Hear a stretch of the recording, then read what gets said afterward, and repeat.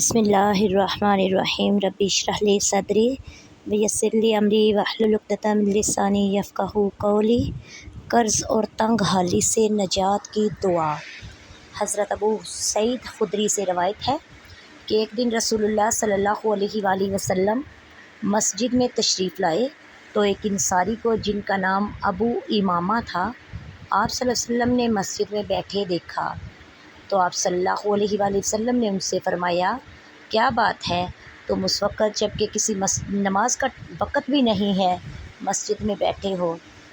تو انہوں نے عرض کیا، حضرت محمد صلی اللہ علیہ وآلہ وسلم، مجھ پر قرضوں کا بوجھ ہے اور فکروں نے مجھے گھیر رکھا ہے۔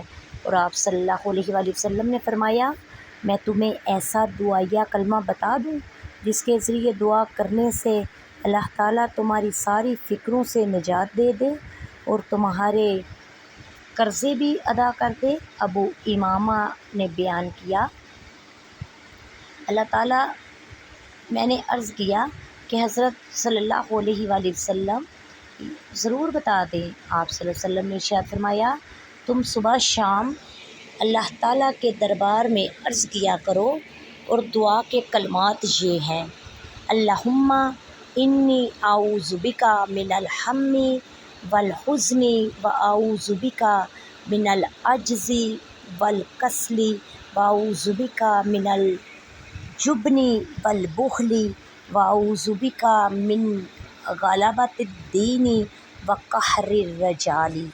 ترجمہ، اے اللہ، میں تیری پناہ چاہتا ہوں فکر اور غم سے اور نکمے پن اور ٹھول پن سے اور سستی کاہلی سے اور بزدلی کنجوسی سے، اور پناہ مانگتا ہوں قرضے کے بار کے غالب آ جانے سے اور لوگوں کے دباؤ سے۔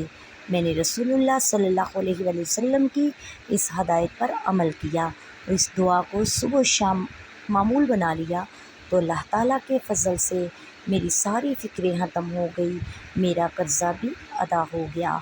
سنن ابو داؤد۔ سبحان اللہ، وما علینا الا البلاغ المبین۔ السلام علیکم ورحمۃ اللہ وبرکاتہ۔